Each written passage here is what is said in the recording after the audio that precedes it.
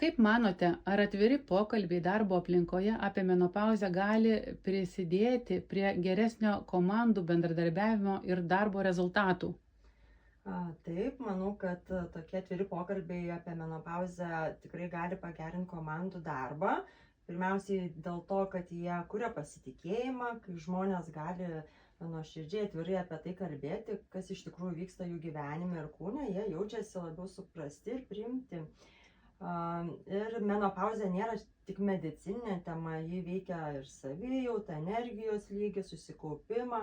Jei apie tai nekalbame, dažnai atsiranda nereikalingas nesusipratimas ar nespaudimas, kad tiesiog susijimk. Kai darbo aplinkoje atsiranda atvirumas, atsiranda ir daugiau lankstumo bei empatijos, tai nereiškia, kad išimtis taikomos ar mažesni lūkesčiai, tai tiesiog reiškia, kad žmogiškesnį požiūrį tave, kuris leidžia žmonėms dirbti geriau, nes jie jaučiasi saugiau. Ir galiausiai tokie pokalbiai stiprina visą komandą, nes kai galime būti atviri, mažėja įtampa, o vietoje jos atsiranda daugiau bendradarbiavimo ir supratimo.